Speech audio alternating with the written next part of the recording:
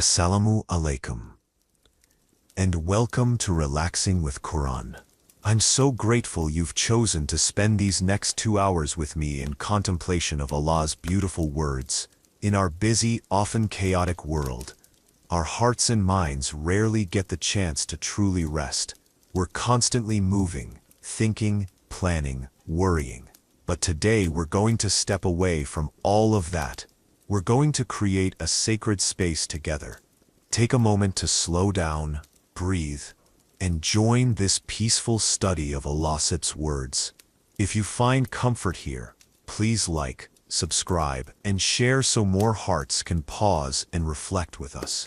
Minus a space where time slows down, where your soul can breathe, and where you can connect deeply with the words that Allah in His infinite mercy has given us as guidance and comfort. Today's journey takes us through one of the most beloved chapters of the Qur'an, Surah Ar-Rahman, the most beneficent. This is a surah that speaks directly to the heart about Allah's countless blessings, His overwhelming mercy, and the beauty He has woven into every aspect of creation. It's a chapter that asks us again and again a profound question that will echo through our time together.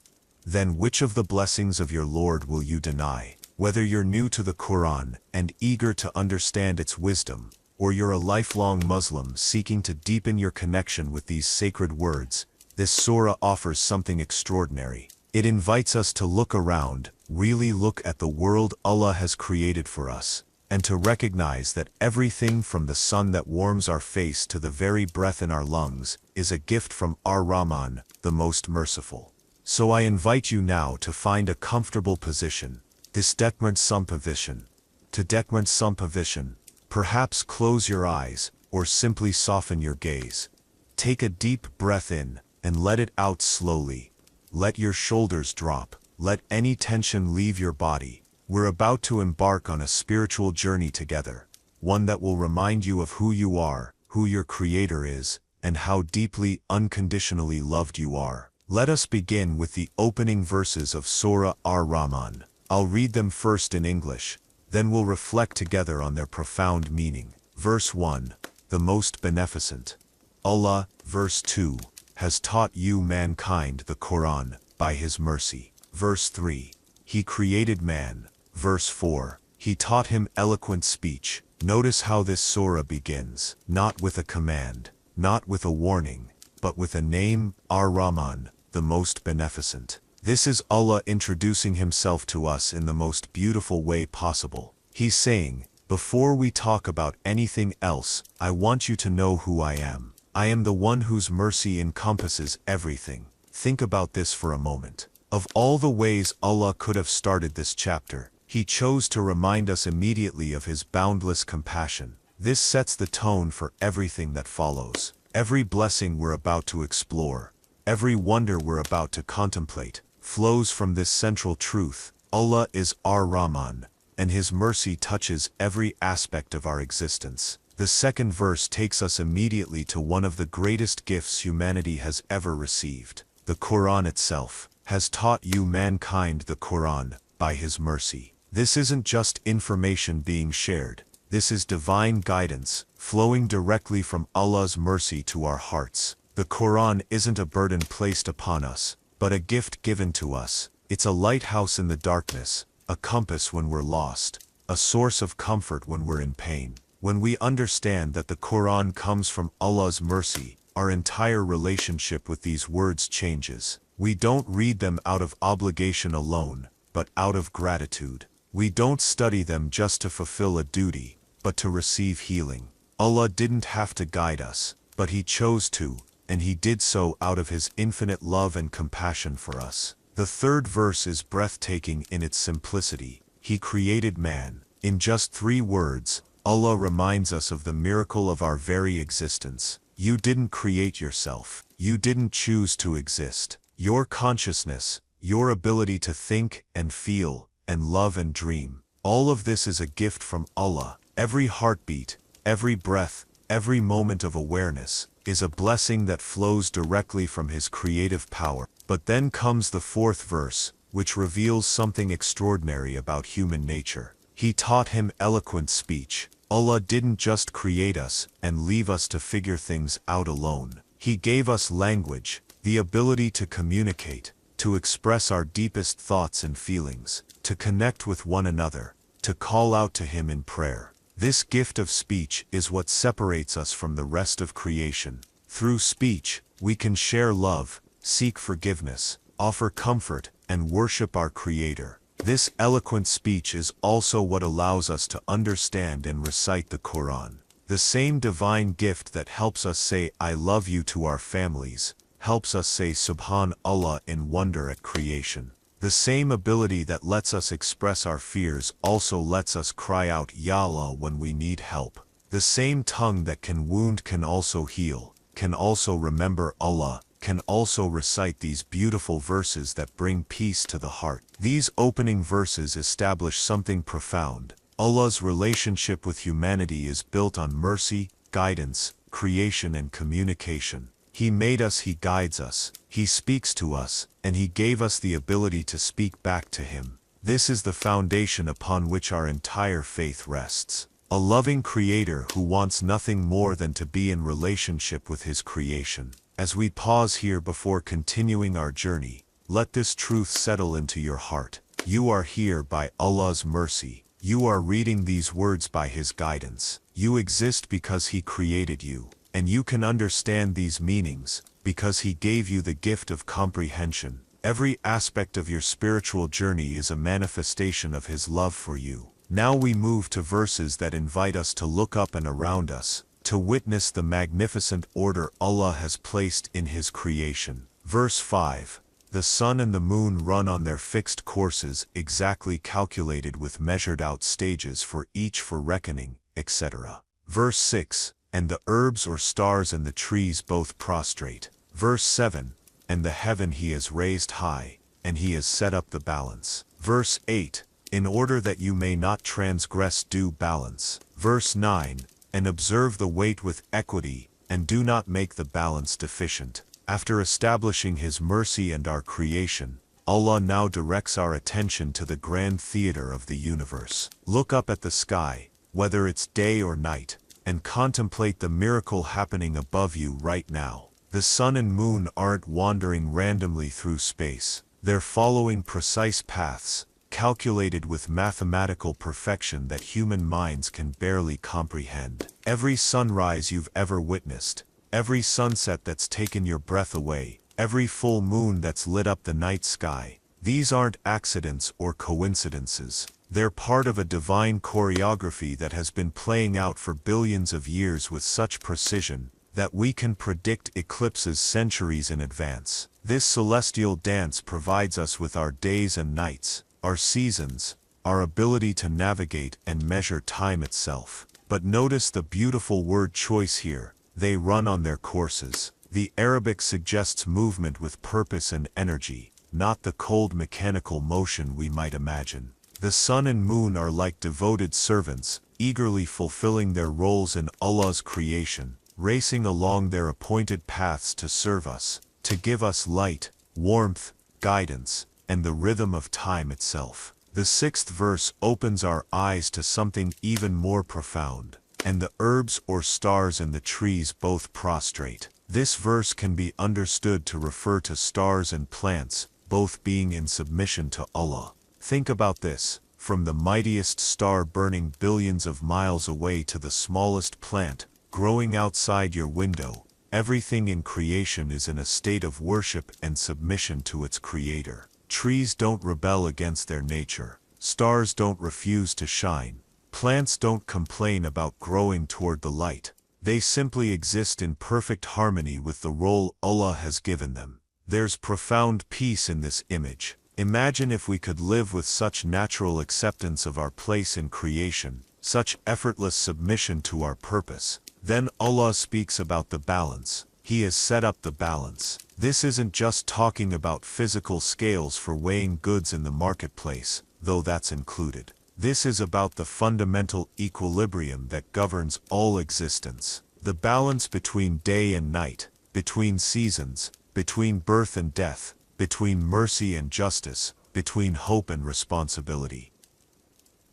Allah has woven balance into the very fabric of reality. Your body maintains a delicate balance of temperature, chemistry, and systems that keep you alive. Ecosystems maintain balance between predator and prey, between growth and decay. Even your emotions and spiritual life need balance, times of joy and sorrow, times of action and reflection, times of community and solitude. But then comes a crucial point. In order that you may not transgress due balance, Allah created a balanced universe not just for its own sake but as a lesson and guidance for us. We're called to live in balance too. Balance in our worship, neither neglecting it, nor making it a burden. Balance in our worldly pursuits, neither becoming hermits nor becoming slaves to materialism. Balance in our relationships, giving and receiving, speaking and listening, being strong and being gentle. The 9th verse gets practical, and observe the weight with equity and do not make the balance deficient. This connects cosmic balance to everyday ethics. Just as Allah maintains perfect balance in the universe, we're called to maintain balance in our dealings with others. Don't cheat in business. Don't take more than your share. Don't give less than what's due. Be fair in your judgments. Honor your commitments. This is the beautiful way the Qur'an teaches. It moves from the cosmic to the personal, from the philosophical to the practical. The same divine principle that keeps planets in orbit should keep us honest in our transactions. The same divine wisdom that balances ecosystems should balance our character. When you feel your life becoming chaotic or overwhelming, remember these verses. Return to the balance that Allah has established. Look at the sun rising on schedule, at the moon following its appointed course, at the trees growing steadily toward the light. Let their natural submission and perfect balance inspire you to find your own equilibrium, that sweet spot where your spiritual, emotional, and practical life all harmonize according to Allah's guidance. We now turn our gaze from the heavens to the earth beneath us, discovering the incredible abundance Allah has spread before us. Verse 10, and the earth He has put for the creatures. Verse 11, therein are fruits, date palms producing sheathed fruit stalks, enclosing dates. Verse 12, and also corn, with its leaves and stalk for fodder, and sweet-scented plants. Verse 13, then which of the blessings of your Lord will you both jinns and men deny? Here we encounter the first appearance of that haunting, beautiful refrain that will echo throughout this surah.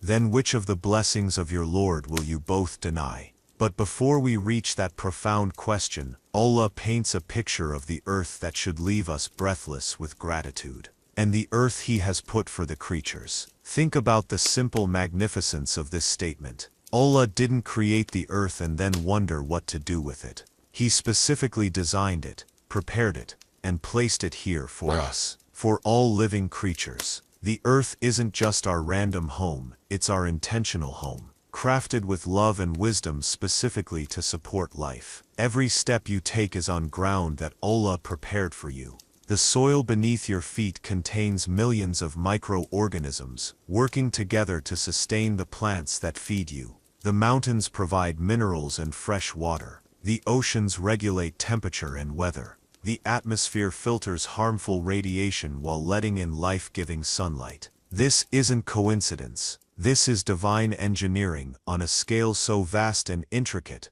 that we're only beginning to understand it. The earth welcomes every form of life. It supports the tiniest ant and the mightiest elephant with equal generosity. It doesn't ask what religion you follow, what language you speak, or what color your skin is. It simply provides oxygen to breathe, water to drink, food to eat, beauty to inspire your soul. This is a reflection of Allah's mercy, which, like the earth itself, embraces all of creation without discrimination. Then Allah becomes wonderfully specific about the earth's gifts. Therein are fruits, date palms producing sheathed fruit stalks, enclosing dates. Notice how the Quran doesn't just mention food in general, it celebrates the details. It speaks of the date palm, that magnificent tree that can live for over a century, providing sweet fruit, shelter from the sun, and materials for building. The verse even mentions how the dates grow protected in their natural sheaths, showing Allah's care in packaging His gifts.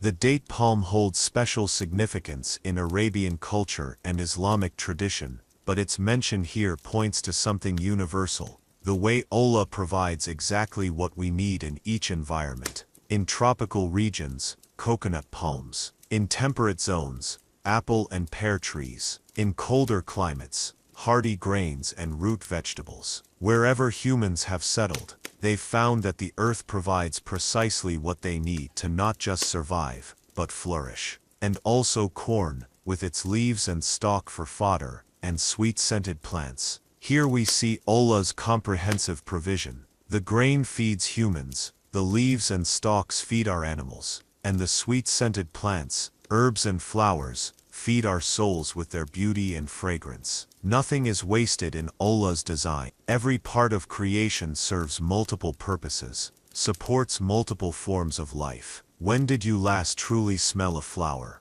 When did you last feel genuine amazement at the fact that a tiny seed can become a massive tree? When did you last consider the miracle that wheat and rice and sable grasses provide the foundation for most of human nutrition? These aren't ordinary things we should take for granted. They're extraordinary gifts that sustain our very existence. And then comes that piercing question: then which of the blessings of your Lord will you both deny? This question appears 31 times in Surah Ar-Rahman, and each time it should stop us in our tracks. It's not asked in anger, but in wonder. It's as if Allah is saying, look around you, really look, count the gifts I've given you. Which one could you possibly deny? The question addresses both humans and jinn, reminding us that we're not alone in creation, and that all conscious beings are recipients of Allah's bounty. It's also a gentle challenge to our consciousness. In our daily rush we often live as if these blessings are normal,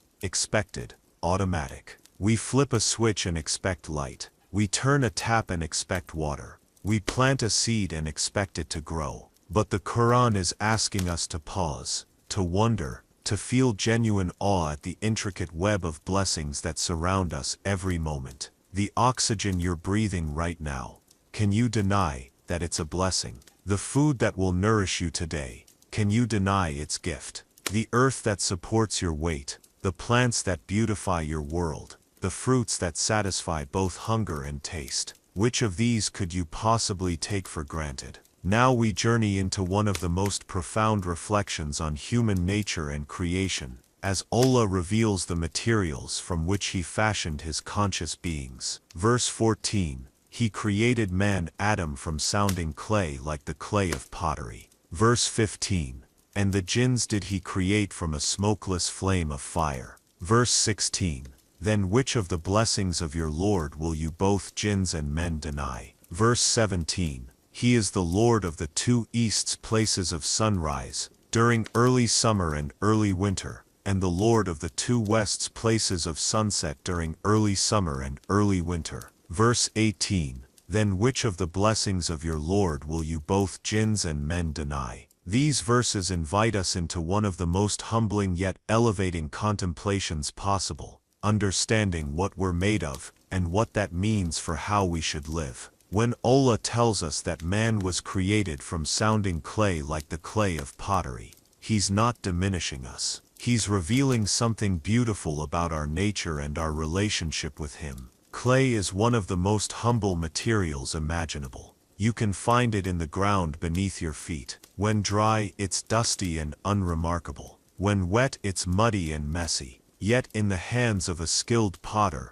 clay becomes something magnificent. Vessels of beauty, containers that hold precious things, works of art that can last for millennia. The comparison isn't accidental. We are clay in the hands of the divine potter. The phrase sounding clay suggests clay that has been shaped and dried, clay that produces a sound when tapped, meaning it has been formed with intention and skill. You are not random dust that happened to gain consciousness. You are carefully shaped, deliberately formed, intentionally created by Allah's hands. Every aspect of your being, your capacity for love, your ability to reason, your longing for meaning, your sense of beauty, all of this was molded into your clay nature by divine wisdom. This should fill us with profound humility. No matter how successful we become, how much knowledge we acquire, or how much influence we wield, we remain clay. We're fragile, dependent, in need of the potter's care. We can be reshaped, refined, or broken. Mineral is all according to divine wisdom. This clay nature keeps us grounded, reminds us that we're creatures, not creators.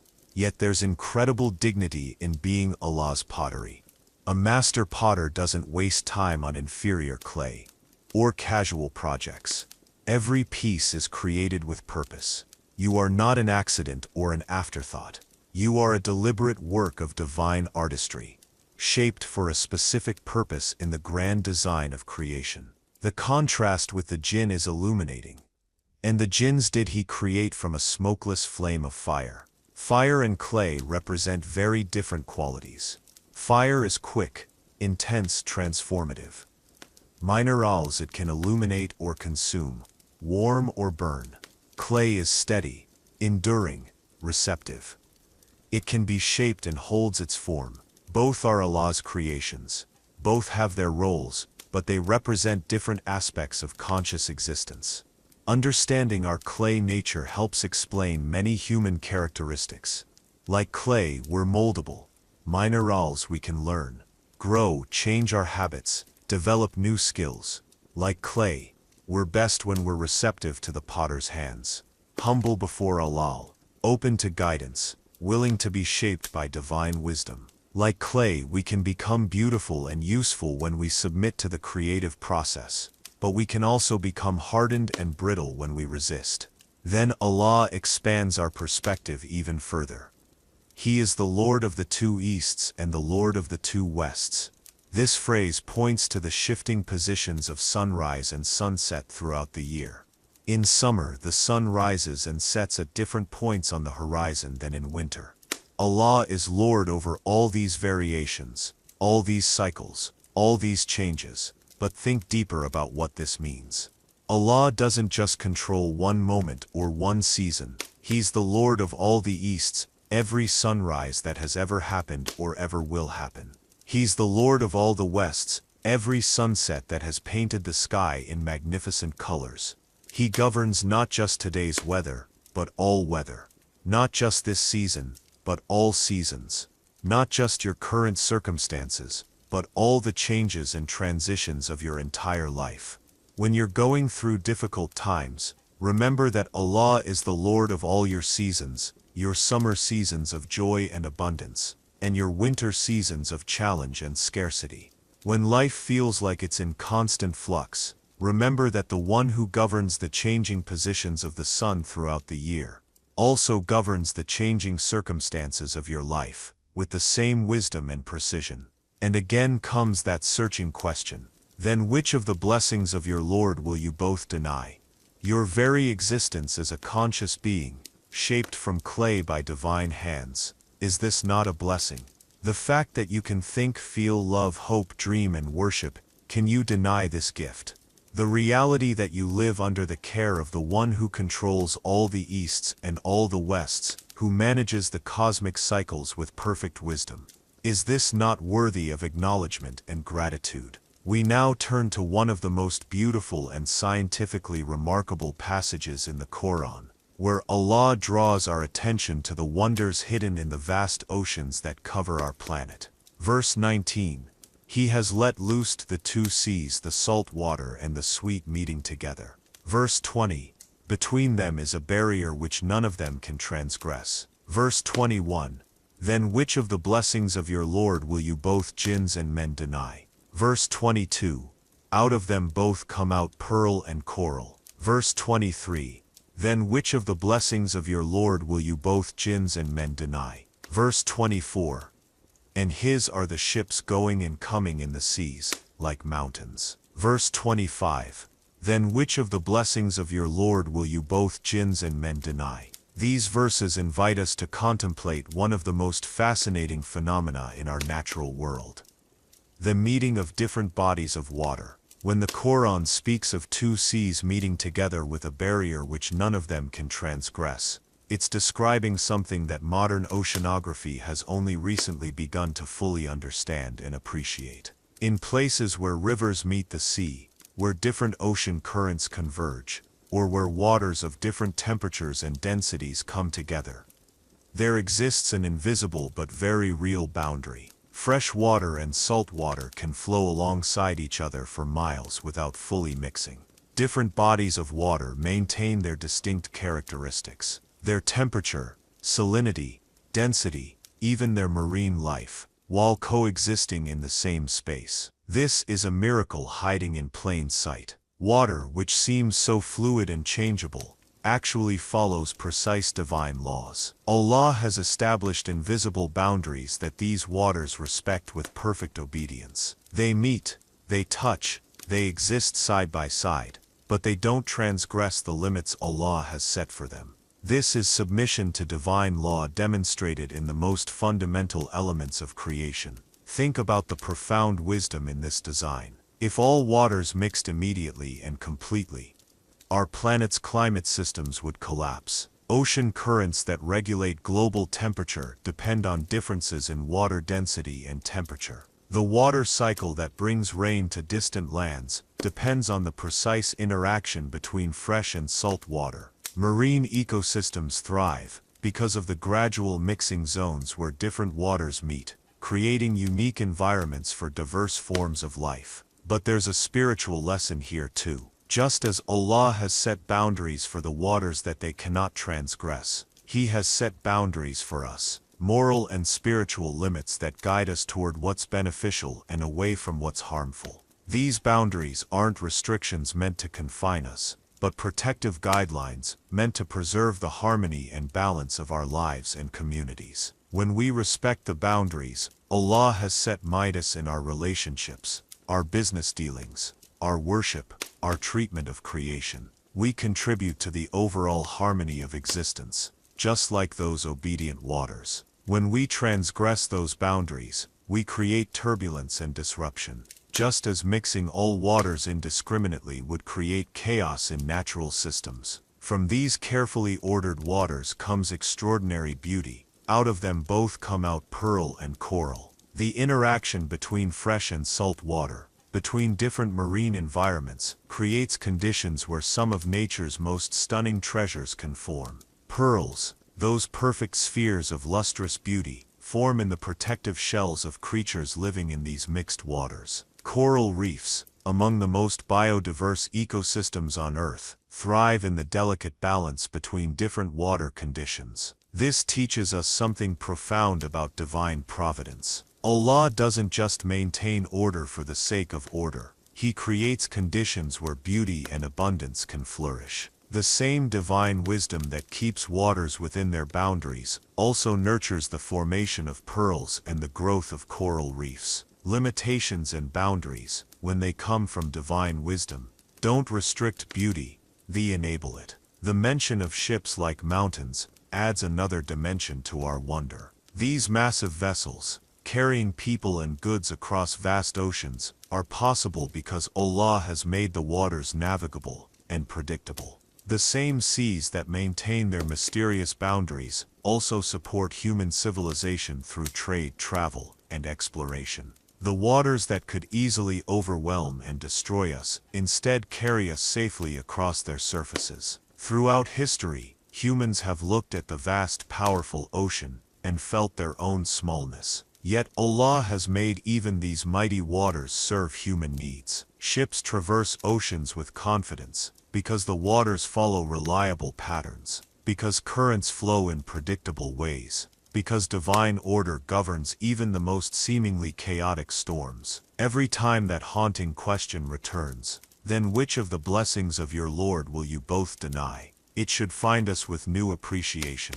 The invisible barriers that maintain order in creation, the beautiful treasures that emerge from divine design, the vast waters that carry our ships safely across impossible distances. Which of these marvels could we possibly take for granted? Now we encounter one of the most sobering and profound shifts in the Surah. as Allah draws our attention from the wonders of creation to the ultimate reality that awaits every living thing. Verse 26, whatsoever is on it the earth will perish. Verse 27, and the face of your Lord full of majesty and honor will abide forever. Verse 28, then which of the blessings of your Lord will you both jinns and men deny? Verse 29, whosoever is in the heavens and on earth begs of him, its needs from him. Every day he has a matter to bring forth, such as giving honor to some, disgrace to some, life to some, death to some, etc. Verse 30, then which of the blessings of your Lord will you both jinns and men deny? After celebrating the beauty and abundance of creation, Allah now presents us with perhaps the most challenging truth we must face as human beings. Everything on earth will perish. This isn't meant to frighten us into despair, but to awaken us to reality and help us understand what truly matters. Whatsoever is on it, the earth will perish. This includes you, me, our loved ones, our achievements, our possessions, our plans, our worries, our joys, and our sorrows. The mountains that seem so permanent, the seas that appear so eternal, the stars that have shone for millions of years, all of it will come to an end. This is not a punishment or a tragedy. It's simply the nature of created things. But notice how the Qur'an presents this reality. It doesn't dwell on the morbid details, or try to terrify us. Instead, it immediately contrasts our temporary nature with something eternal. And the face of your Lord full of majesty and honor will abide forever. While everything else passes away, Allah remains. While all creation is temporary, the Creator is eternal. This isn't just philosophical comfort. It's practical guidance for how to live. If everything on earth will perish, including ourselves, then what should we prioritize? What deserves our worry, and what deserves our investment? The verse is gently redirecting our hearts away from attachment to things that won't last, toward connection with the one who will remain forever. Think about what this means for your daily anxieties. That embarrassing moment you can't stop thinking about it will perish. That financial problem that keeps you awake at night, it will perish. That relationship conflict that seems insurmountable, it will perish. Even your body with all its aches and limitations will perish. This isn't meant to make these things meaningless, but to put them in perspective. At the same time, consider what this means for your good deeds, your acts of kindness, your moments of sincere worship, your efforts to grow closer to Allah. These too are temporary in their earthly form, but they connect you to something eternal. When you help someone in need, feed someone hungry, or comfort someone grieving, you're participating in the eternal attributes of Allah, His mercy, His generosity, His compassion. And the face of your Lord full of majesty and honor will abide forever. This verse gives us something to hold on to when everything else seems uncertain. Allah's majesty, His supreme power and authority, will never diminish. Allah's honor, His perfect justice and nobility, will never fade. When everything around us is changing and passing away, these divine qualities remain constant. The face of your Lord represents Allah's essence, His true nature, His eternal presence. While we cannot see Allah in this life, we can experience His face through His attributes, His guidance, His mercy, and His response to our prayers. This eternal divine presence is what gives meaning to our temporary existence. Then comes verse 29, which reveals something beautiful about our relationship with this eternal God. Whosoever is in the heavens and on earth begs of Him, its needs from Him. Everything in creation is in a state of need, constantly depending on Allah for its continued existence. You are not alone in your dependence. Every angel in the heavens, every creature on earth, every star in space is constantly receiving sustenance and support from Allah. This dependence isn't a weakness, it's the natural state of creation. Even in your moments of greatest success and independence, you're still completely dependent on Allah for your next heartbeat, your next breath, the continued functioning of your body and mind. Recognizing this dependence isn't humiliating, it's liberating, because it connects you to the infinite source of all provision and support. Every day He has a matter to bring forth. Allah is constantly active in His creation, constantly managing the affairs of the universe and everything in it. Some days He brings honor to people, other days He brings humility. Some days He grants life, other days He calls souls back to Himself. Some days He opens doors, other days He closes them for our protection. This doesn't mean Allah is arbitrary or capricious. It means He's constantly working according to His perfect wisdom, constantly bringing about what's best for His creation in ways we may not immediately understand. The job loss that devastates you today may lead to a better opportunity tomorrow. The illness that frightens you may deepen your faith and compassion. The success that elates you may be a test of your gratitude and humility. Now we enter one of the most powerful and sobering passages of the surah, where Allah shifts our attention to the ultimate accountability that awaits all conscious beings. Verse 31, "We shall attend to you, O you two classes, jinns and men." Verse 32, "Then which of the blessings of your Lord will you both jinns and men deny?"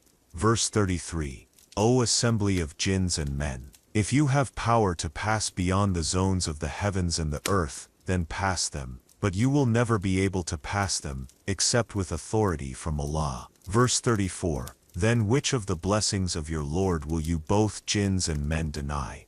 Verse 35, "There will be sent against you both smokeless flames of fire and molten brass, and you will not be able to defend yourselves." Verse 36, "Then which of the blessings of your Lord will you both jinns and men deny?"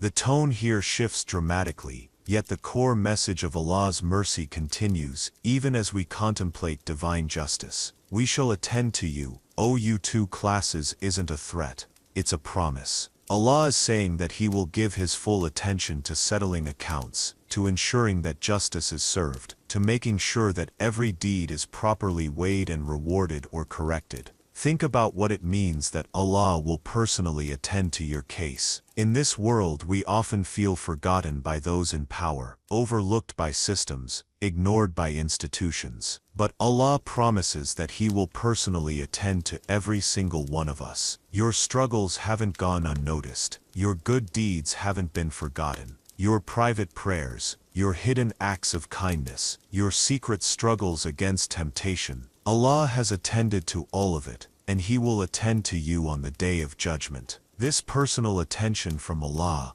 is itself a blessing. You matter enough to the Creator of the universe that He will personally review your life, personally weigh your deeds, personally decide your fate. You're not just a number in some cosmic database. You're an individual soul, whose every moment has been witnessed, and will be justly evaluated by the one who knows you better than you know yourself. The challenge that follows is both humbling and awe-inspiring. If you have power to pass beyond the zones of the heavens and the earth, then pass them, but you will never be able to pass them, except with authority from Allah. This verse addresses the human tendency to think we can escape consequences, avoid accountability, or somehow evade divine justice. In our earthly experience, people sometimes escape human justice. The wealthy buy their way out of trouble. The powerful use their influence to avoid consequences. The clever find loopholes in laws. But Allah is telling us that there are no loopholes in divine justice, no escape routes from His judgment, no way to flee beyond the reach of His authority. Yet notice the phrase, "except with authority from Allah." Even this challenge acknowledges that ultimate power belongs to Allah. If anyone could transcend the boundaries of creation, it would only be by Allah's permission. This isn't meant to terrify us into despair, but to help us understand the absolute nature of divine justice and the futility of trying to escape accountability for our choices. This can actually be deeply comforting for those who have been wronged in this life. Every injustice you've suffered, every time you've been cheated or abused or ignored, none of it has escaped Allah's attention, and none of the perpetrators will escape His justice. The bullies who tormented you, the employers who exploited you, the relatives who betrayed your trust, they cannot pass beyond the zones of heaven and earth. They will be held accountable. The imagery of smokeless flames of fire and molten brass represents the intensity and precision of divine correction. These aren't random punishments, but precisely calibrated responses to specific wrongs. Fire purifies and molten brass shapes. Even divine punishment serves a purpose in the greater scheme of justice. But here's what's remarkable. Even in the midst of describing divine justice and inescapable accountability, that beautiful refrain continues. Then which of the blessings of your Lord will you both deny? How can divine justice be called a blessing? Because justice itself is a mercy.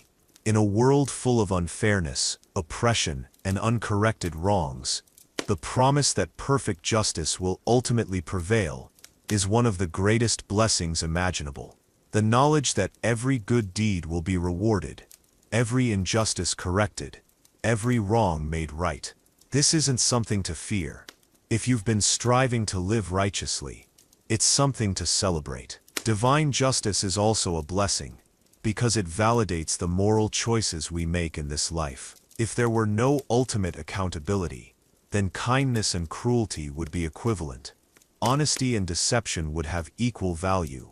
Worship and rebellion would carry the same weight. But because Allah will attend to us all, because justice will be served, every moral choice you make matters eternally. The certainty of accountability also serves as protection in this life. When you're tempted to wrong others, the knowledge that you cannot escape divine justice helps you choose what's right. When you're tempted to despair about injustices around you, the promise that Allah will attend to everything gives you hope and patience. This is why the Qur'an can speak of divine justice as a blessing.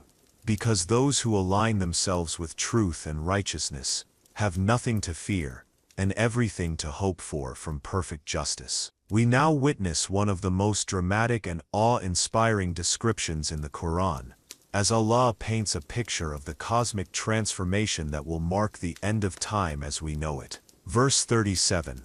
Then when the heaven is rent asunder, and it becomes rosy or red like red oil, or red hide. Verse 38. Then which of the blessings of your Lord will you both jinns and men deny? Verse 39. So on that day no question will be asked of man or jinn as to his sin, because they have already been known from their faces either white or black. Verse 40. Then which of the blessings of your Lord will you both jinns and men deny? Verse 41. The mujrimun, polytheists, criminals, sinners, etc., will be known by their marks black faces, and they will be seized by their forelocks and their feet. Verse 42. Then which of the blessings of your Lord will you both jinns and men deny? Verse 43. This is hell which the mujrimun polytheists, criminals, sinners, etc., denied. Verse 40. They will go between it hell and the boiling hot water. Verse 40. Polytheists. Then which of the blessings of your Lord will you both jinns and men deny? The image Allah presents here is both terrifying and beautiful. The sky itself transforming into something resembling red oil, or red hide. Imagine looking up and seeing the familiar blue expanse above you suddenly splitting apart, revealing colors that have no earthly comparison. This isn't destruction for destruction's sake, it's revelation. The heavens are being torn open to reveal what has always been there but hidden from our sight. Throughout our lives, we live beneath this sky, thinking it's a solid barrier, a reliable constant. But Allah is showing us that even the most permanent seeming aspects of our reality are actually veils that can be lifted when He chooses. The rending of the heavens represents the moment when all veils are removed, when all hidden things become visible, when the spiritual realities that govern our existence are finally displayed in plain sight. The colors described,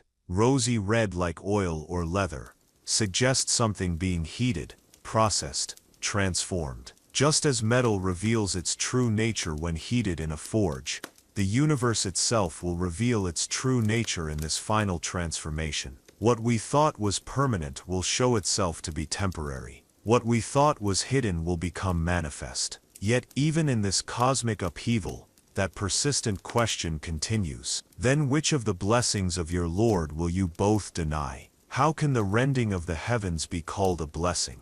Because it represents the ultimate revelation of truth. For too long people have lived in doubt about the reality of the afterlife, about divine justice, about the ultimate meaning of existence. The rending of the heavens ends all doubt, makes all truth visible, settles all questions. So on that day no question will be asked of man or jinn as to his sin, because they have already been known from their faces, either white or black. This is one of the most striking images in the entire Qur'an. On the day of judgment, there will be no need for interrogation, no lengthy trials, no complicated legal proceedings. The truth of each soul will be written on their very face. Think about how this works even in this life. When someone is genuinely happy, it shows in their face. When someone is consumed by guilt or anger, it shows in their expression. When someone is at peace, there's a light in their eyes. Our faces often reveal what our words try to hide. On the day of judgment, this natural connection between inner reality and outer appearance will be perfected and made completely visible. The faces that are white represent souls that are purified, peaceful, and ready to meet their Lord. These are faces illuminated by the light of good deeds, sincere faith, and divine mercy. The faces that are black represent souls that are darkened by sin, rebellion, and the rejection of truth. This isn't arbitrary punishment, it's the natural result of the choices people made in life. The imagery of being seized by their forelocks and their feet represents complete helplessness before divine justice. In earthly life, criminals might struggle, fight back, or try to escape.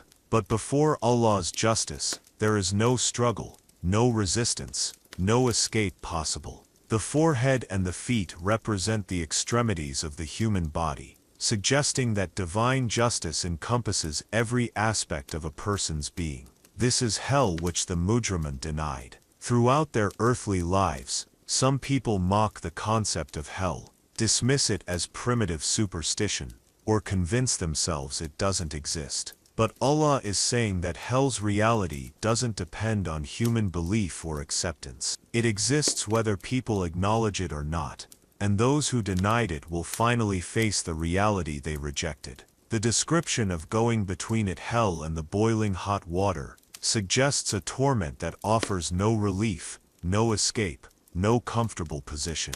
Just as righteous souls will find every aspect of paradise peaceful and delightful, sinful souls will find every aspect of hell uncomfortable and distressing.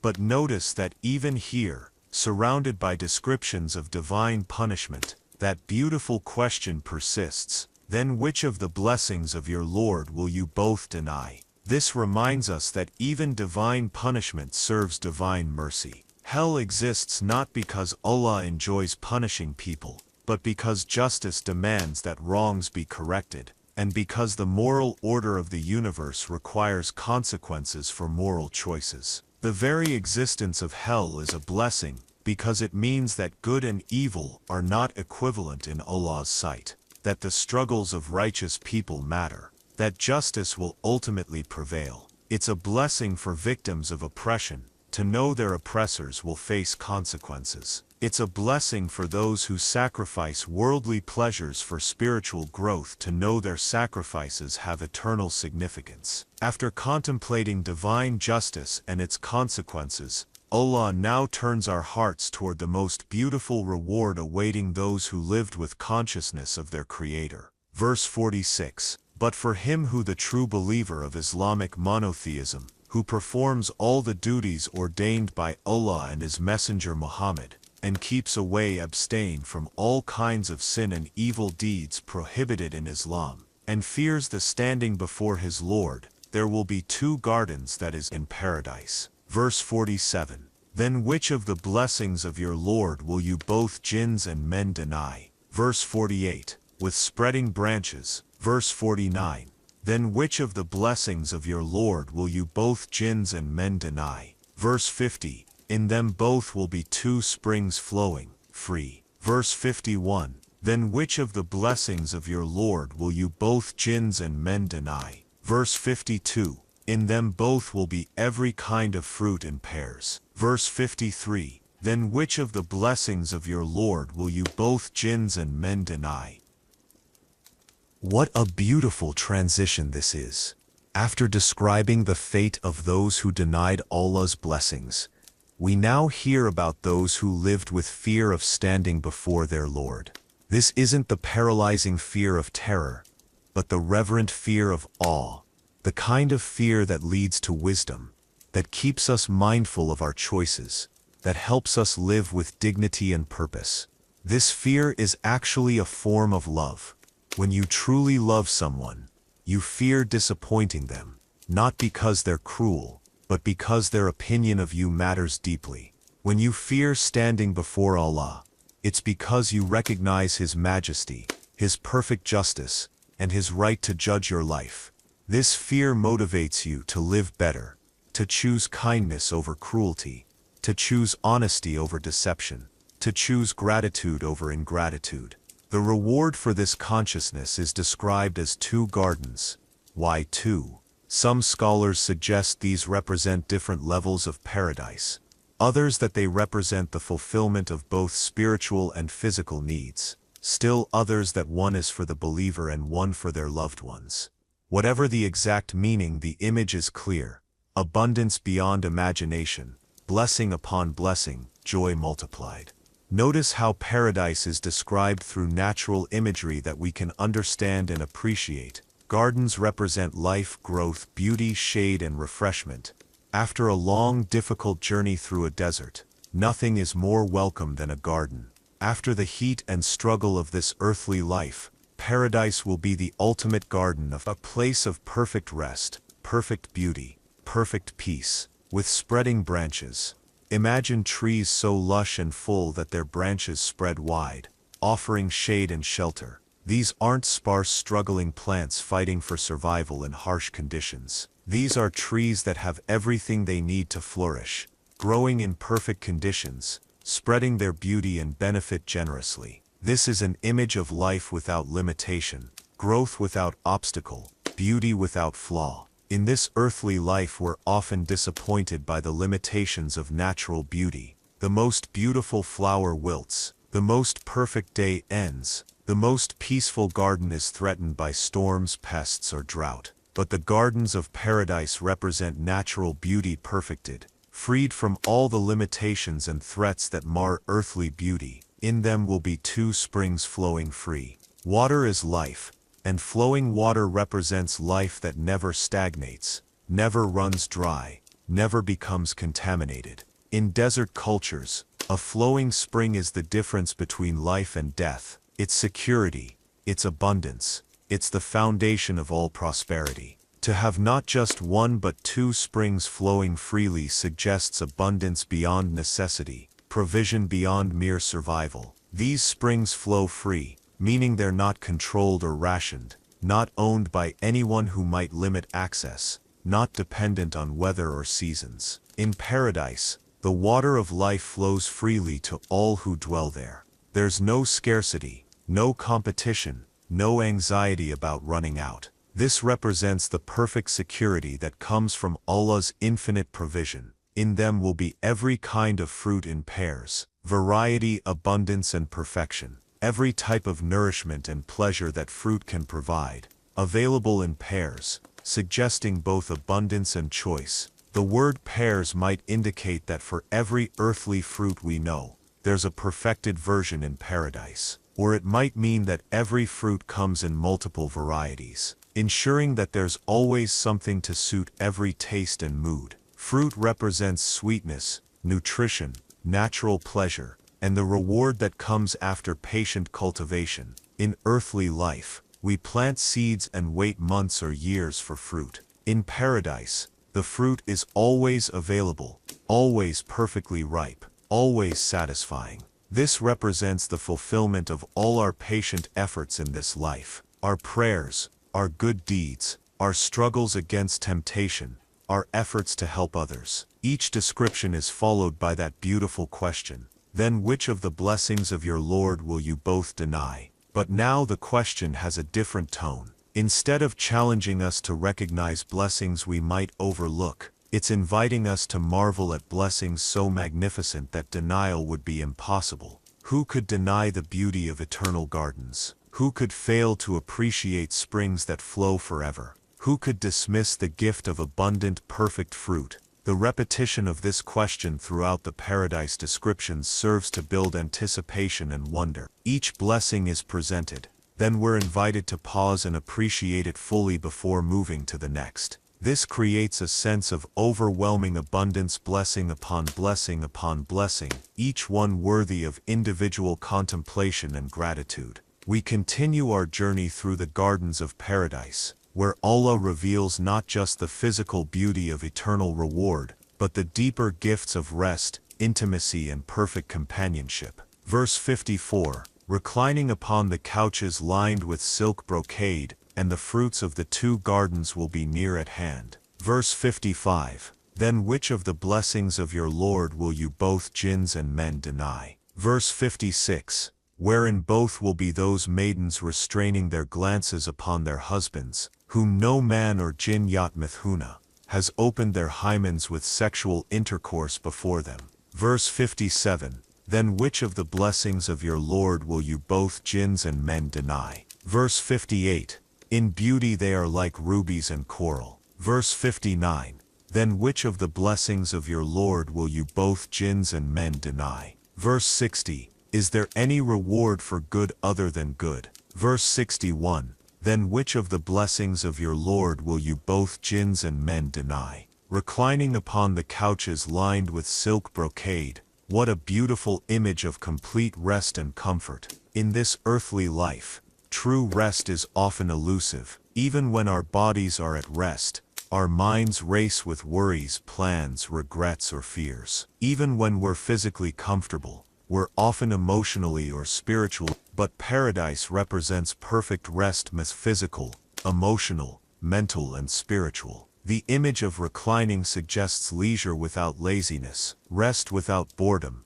comfort without complacency. This is rest that comes after a long, difficult journey, rest that has been earned through struggle and perseverance. The silk brocade represents luxury and beauty, but more than that, it represents the fine attention to detail that characterizes Allah's care for His faithful servants. Even the fabrics in paradise are described with such care, showing that Allah's provision extends to every aspect of comfort and beauty. And the fruits of the two gardens will be near at hand. Convenience and accessibility, without effort. In earthly life, we often have to work hard to obtain what we need, travel far to find what we want, or wait long for what we desire. But in paradise, all good things are within easy reach. This doesn't suggest laziness, but rather the removal of all obstacles to enjoyment and fulfillment. The description of companionship in paradise touches on one of our deepest human needs,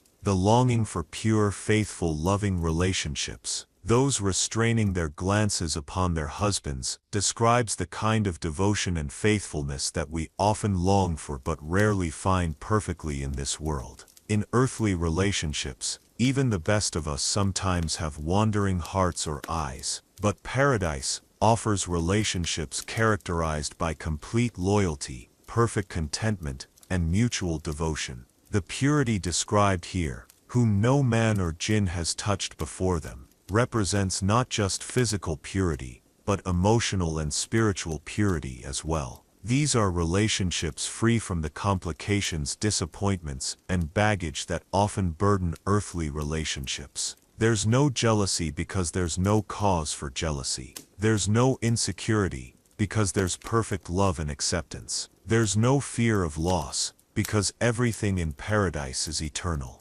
This isn't meant to diminish the value of earthly relationships, but to show us what relationships can become when they're freed from the limitations and corruptions that affect us in this life. The best moments in our earthly relationships, those times of perfect understanding, complete acceptance, and pure joy in each other's company, are glimpses of what all relationships will be like in paradise. In beauty they are like rubies and coral. This comparison to precious stones suggests beauty that doesn't fade, doesn't tarnish, doesn't lose its luster with time. Rubies and coral are treasures that people seek, preserve and admire. But the beauty of paradise transcends even these earthly treasures. It's beauty that never becomes ordinary, never loses its power to inspire wonder and joy. Then comes one of the most profound verses in the entire Qur'an. Is there any reward for good other than good? This is both a question and a declaration of divine justice. Allah is saying that His system is perfectly fair. Minus goodness is rewarded with goodness, beauty with beauty, love with love. There's a perfect correspondence between what you give and what you receive, between your earthly efforts and your eternal rewards. This verse also reveals something beautiful about Allah's nature. He doesn't reward good with something different or lesser. He rewards good with good perfected, good multiplied, good eternal. The kindness you showed to a stranger becomes eternal joy. The patience you practiced during difficulty becomes eternal peace. The love you had for Allah becomes eternal closeness to Him. But there's also a gentle challenge in this question. If Allah rewards good with good, then what does this say about our earthly choices? Every act of goodness in this life is an investment in eternal goodness. Every moment of patience, every act of charity, every prayer offered sincerely, every time you chose forgiveness over revenge, or gratitude over complaint. All of these become seeds of eternal blessing. The question, is there any reward for good other than good, also invites us to examine our expectations. Sometimes we do good and expect immediate worldly rewards. Sometimes we serve Allah and become frustrated when life doesn't immediately become easier. But Allah is reminding us that the ultimate reward for good is good itself, perfect, eternal, multiplied beyond our imagination. This divine principle, that good is rewarded with good, should fill us with hope and motivation. Every small kindness matters. Every private prayer is heard. Every struggle against temptation is noticed. Every tear shed in repentance is recorded. And all of it will be rewarded with good that exceeds our highest hopes. Allah now reveals that the blessings of paradise extend even beyond what we've already contemplated, introducing us to additional gardens that surpass even our elevated expectations. Verse 62. And besides these two, there are two other gardens that is in paradise. Verse 63. Then which of the blessings of your Lord will you both jinns and men deny? Verse 64. Dark green in color. Verse 65. Then which of the blessings of your Lord will you both jinns and men deny? Verse 66. In them both will be two springs gushing forth water. Verse 67. Then which of the blessings of your Lord will you both jinns and men deny? Verse 68. In them both will be fruits and date palms and pomegranates. Verse 69. Then which of the blessings of your Lord will you both jinns and men deny? Verse 70. There in gardens will be fair wives, good and beautiful. Verse 71. Then which of the blessings of your Lord will you both jinns and men deny? Verse 72. Our is beautiful fair females restrained in pavilions. Verse 73. Then which of the blessings of your Lord will you both jinns and men deny? Just when we thought we had glimpsed the fullness of paradise, Allah reveals something that should leave us speechless with wonder. And besides these two, there are two other gardens. This isn't just abundance, this is abundance beyond abundance. Blessing beyond blessing, joy beyond what we thought possible. Think about what this means about Allah's generosity. He could have created one perfect garden, and it would have been more than sufficient reward for a lifetime of good deeds. But Allah doesn't give what's merely sufficient, He gives what's magnificent, then multiplies it. He gives what's beautiful, then makes it more beautiful. He gives what's satisfying, then adds layers of satisfaction we didn't even know were possible. This reveals something profound about the nature of divine love. When Allah loves someone, His giving has no limits. There's no point at which he says, "That's enough reward for their efforts." Instead, his generosity keeps expanding, keeps revealing new dimensions, keeps surprising us with gifts we never imagined.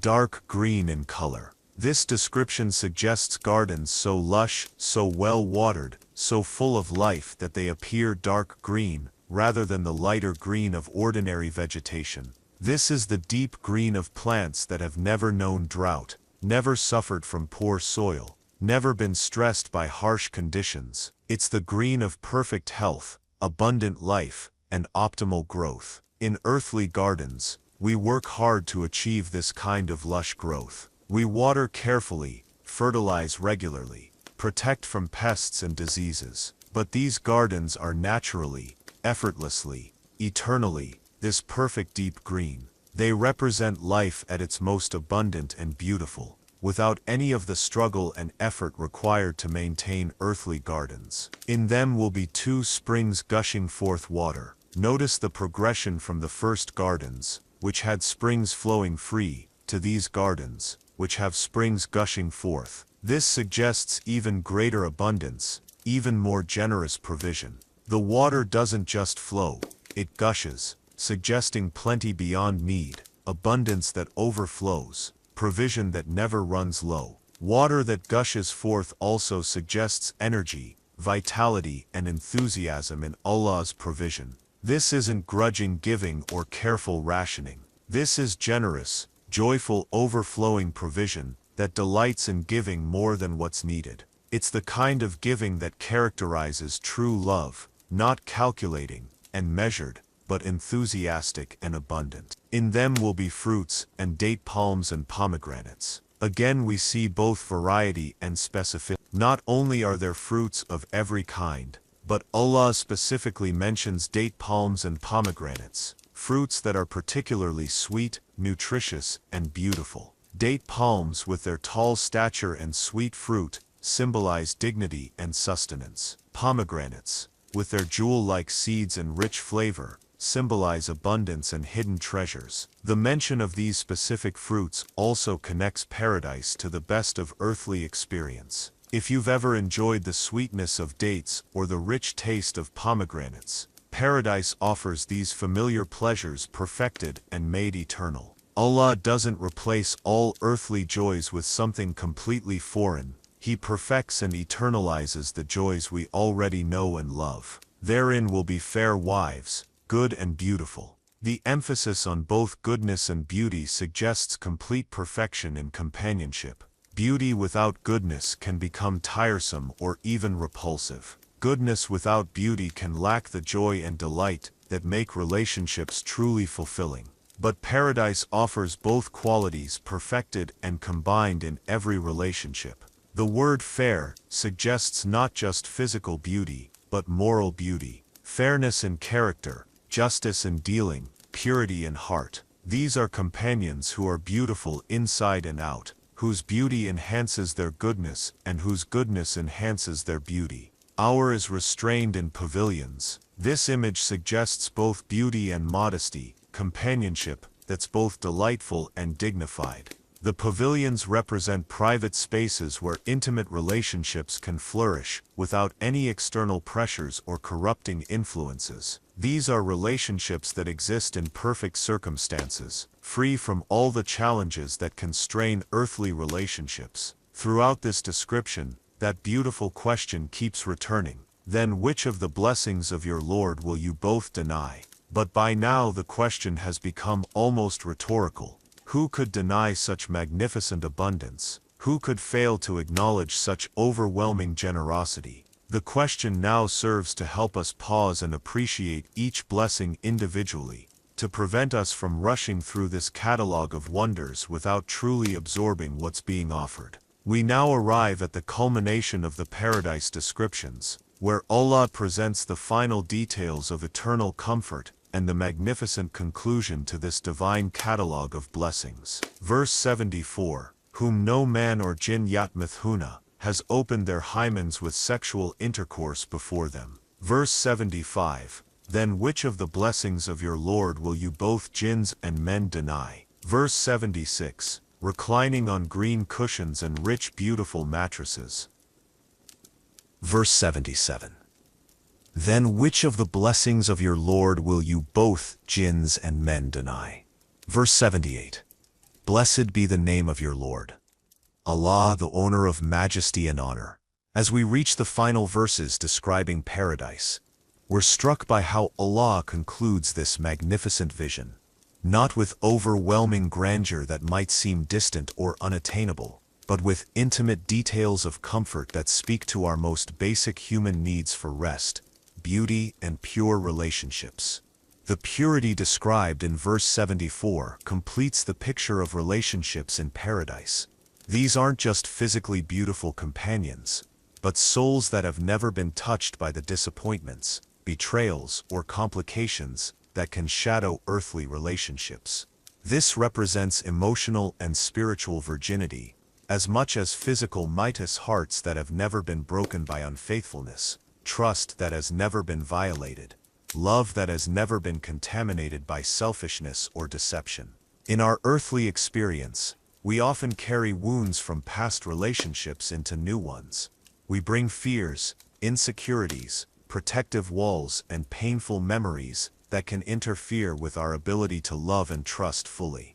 But paradise offers relationships that are completely fresh, completely clean, completely free from any shadow of past hurt or disappointment. This purity also represents the restoration of innocence, not the innocence of ignorance, but the innocence of complete safety. In paradise you can love without fear of betrayal, trust without risk of disappointment, open your heart without worry of being wounded. This is love as it was meant to be, relationships as they were designed to function, intimacy without any trace of anxiety or insecurity, reclining on green cushions and rich beautiful mattresses. What a perfect final image of comfort.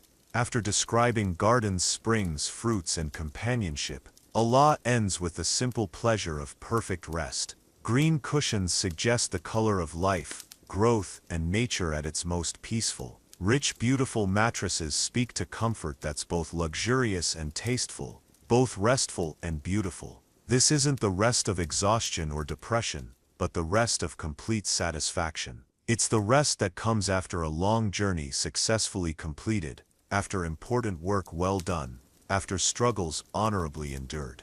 It's rest without guilt about things left undone, without anxiety about future challenges, without the restlessness that often prevents true peace even in comfortable circumstances. The green of the cushions connects to all the green imagery throughout the paradise descriptions. The dark green gardens, the spreading branches, the lush vegetation. It creates a sense of unity and harmony, where everything in paradise works together to create an atmosphere of perfect peace and natural beauty. But then comes the most magnificent conclusion possible. Blessed be the name of your Lord Allah, the owner of majesty and honor. After describing all the wonders of paradise, Allah doesn't end by focusing on the gifts, but on the giver. After painting this incredible picture of eternal reward, He directs our attention to the one who makes it all possible.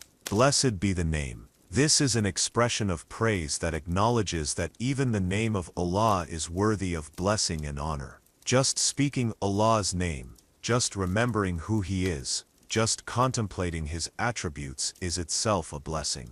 The gifts of paradise are wonderful, but the greatest gift is knowing and being close to the one who gives them.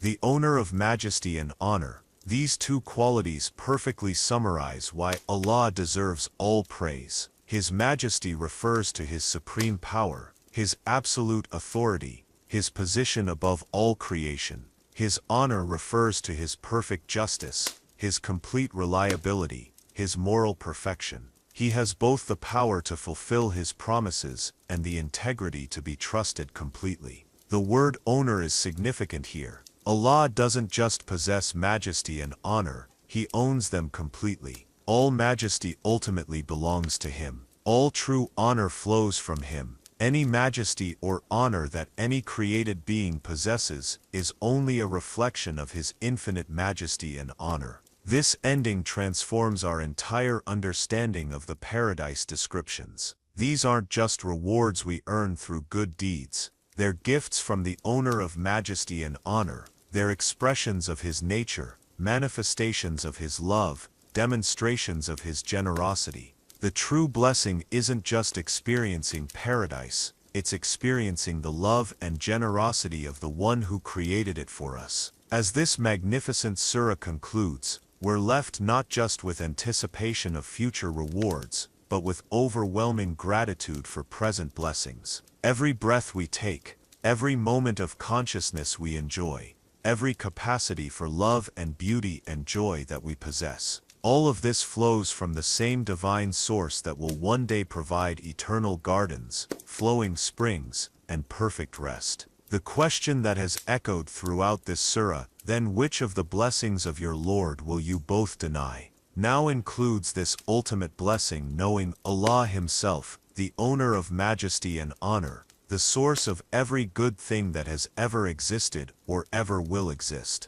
As our journey through Surah Ar-Rahman comes to its gentle close, let us pause and reflect on what we have witnessed together over these past 2 hours. We began with a simple but profound truth. Ar-Rahman, the most beneficent, has taught us the Qur'an by His mercy. We end having traveled through the entire cosmos of Allah's blessings, from the precision of celestial movements to the intimate comfort of eternal rest. What has changed in your heart during this time? When we started, perhaps you were carrying the weight of daily concerns, the stress of unfinished tasks, the anxiety of uncertain tomorrows. But now, having contemplated the magnitude of Allah's generosity in this life and the next, how do those earthly worries appear? They haven't disappeared, but they've been placed in perspective by the overwhelming reality of divine mercy. 31 times throughout this surah,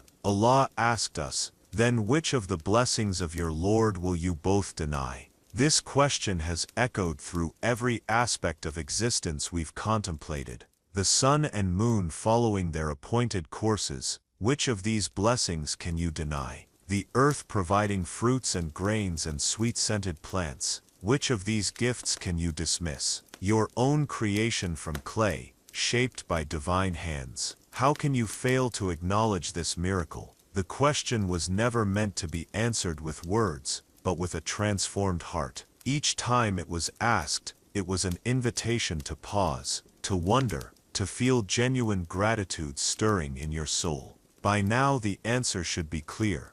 There is no blessing of our Lord that we can deny, because His blessings encompass every moment of our existence. We've seen that Allah's blessings aren't random or accidental. They're expressions of His nature as Ar-Rahman, the most beneficent. The same mercy that created us from clay also guides us through His Qur'an. The same wisdom that keeps waters within their boundaries also provides gardens with flowing springs. The same justice that will hold all souls accountable also promises paradise for those who lived with consciousness of their Creator. As you return to your daily life after this time of reflection, carry with you this awareness of being surrounded by blessings. When you wake tomorrow morning, remember that your ability to wake, to think, to feel, all of this flows from the mercy of Ar-Rahman. When you eat your next meal, remember the earth that Allah prepared specifically for His creatures, with its fruits and grains and sweet-scented plants. When you look up at the sky, remember the precision with which the sun and moon follow their courses, all for your benefit.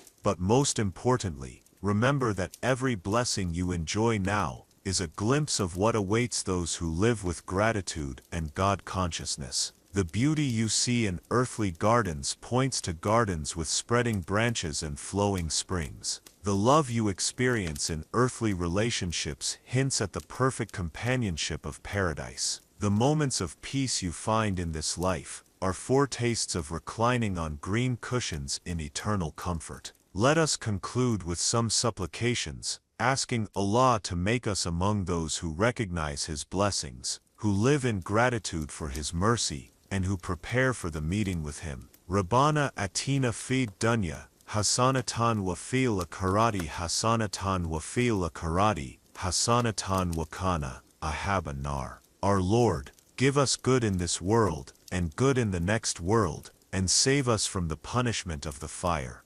Allahumma, a'ini ala, dikrika, wa shukrika, wa huzni, ibadatika. O Allah, help me to remember you, to thank you, and to worship you in the most beautiful way. Rabbana la tuzik kulabana bada idehadatana wahablana min la donka rahmatan innaka antan lahab. Our Lord, do not let our hearts deviate after you have guided us, and grant us mercy from you, for you are the grantor. As we close, let the peace of these verses settle into your heart. You are beloved by Allah, surrounded by His blessings, guided by His wisdom, and promised rewards beyond imagination if you live with gratitude and consciousness of Him. The owner of majesty and honor has called you to this reflection, has opened your heart to these meanings, and will never abandon you as you strive to live as a grateful servant. May Allah accept our time together, increase us in faith and gratitude, and make us among those who will dwell eternally in gardens with spreading branches, flowing springs, and perfect peace. And may we never forget the question that has guided our journey. Then which of the blessings of your Lord will you deny? Indeed, we can deny none of them. All praise belongs to Allah, Ar-Rahman, the most beneficent, the owner of majesty and honor. Amen. Alhamdulillah, for this time together with the Quran. May these verses bring you calm and deeper understanding. Before you go, remember to subscribe and click the bell so you never miss a new reading. And share this session with someone who needs a moment of peace today.